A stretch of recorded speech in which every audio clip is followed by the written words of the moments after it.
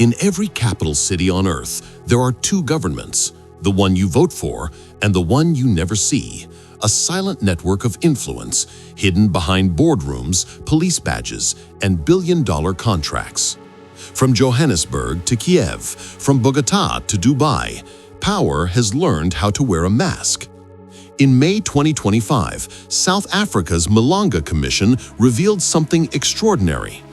A witness spoke under oath, describing a man, Matlala, a suspected criminal who bragged that he was coming from the former National Police Commissioner's house the day he was arrested.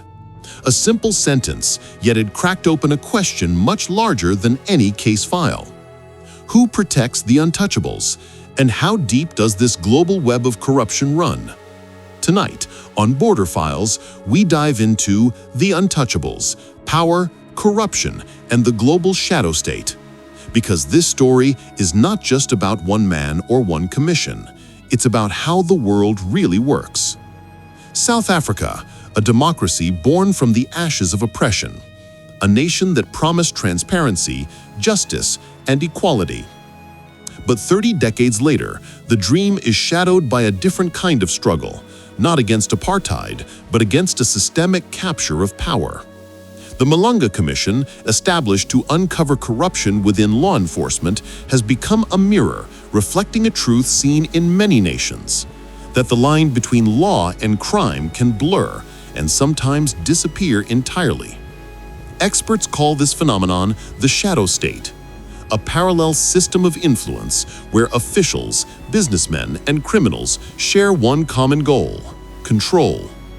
From the oil fields of Nigeria to the gold mines of Congo, to the lobbying corridors of Washington, the same logic repeats itself. Power protects power, and accountability becomes the exception, not the rule. But to understand how this happens, we must first understand the blueprint. Every untouchable operates within a design, a structure that feeds on three pillars: money, immunity, and fear. In the case of Matlala, investigators described a man linked to kidnapping rings, drug trafficking, and extortion. Yet he spoke casually about visiting a former national police commissioner. That single line, "I was coming from Ria Piera's house," exposed the confidence of someone who believed himself beyond consequence. Across continents, the mechanism repeats: a handshake, a favor, a phone call that never gets recorded. The true currency of corruption isn't money, it's access. And when access becomes absolute, the system transforms. Justice is no longer blind, it's for sale. What began as isolated scandals has evolved into a global pattern, a supply chain of corruption. In Latin America, cartels infiltrate police ranks. In Eastern Europe, oligarchs manipulate defense budgets. In Asia, billion-dollar conglomerates quietly fund political dynasties. And in Africa, where colonial scars meet modern greed, the fusion of crime, politics, and policing has birthed what analysts call criminal governance. According to Transparency International, over $3 trillion is lost annually to corruption worldwide, more than the GDP of Africa itself. But numbers alone don't reveal the damage. They can't measure the trust that dies when justice becomes a performance. They can't count the children who grow up believing the system is rigged before they even enter it. So how do the untouchables stay untouchable? Through a web of legal shields and social camouflage, private security contracts, consulting firms, political donations. Each layer designed to blur responsibility and erase fingerprints.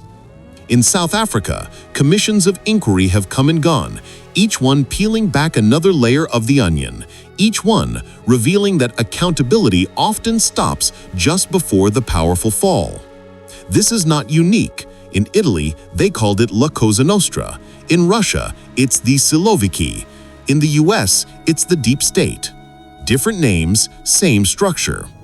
Power that feeds itself and fears exposure more than justice. But even shadows can't last forever.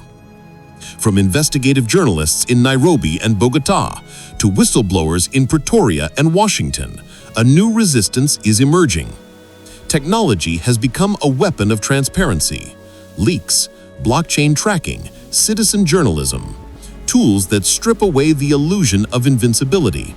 And yet, as each truth is exposed, the system adapts, rebrands, and evolves. Because corruption isn't just about individuals, it's a culture, and cultures don't fall overnight. The story of Kat Matlala and the Matlala Commission is not only South Africa's story. It is a reflection of our time, a time when truth is negotiable and power hides in plain sight. But history reminds us of something profound. Every empire of lies eventually collapses under its own weight, because in the end, no system, no matter how hidden, no matter how well connected, can survive a world that refuses to look away.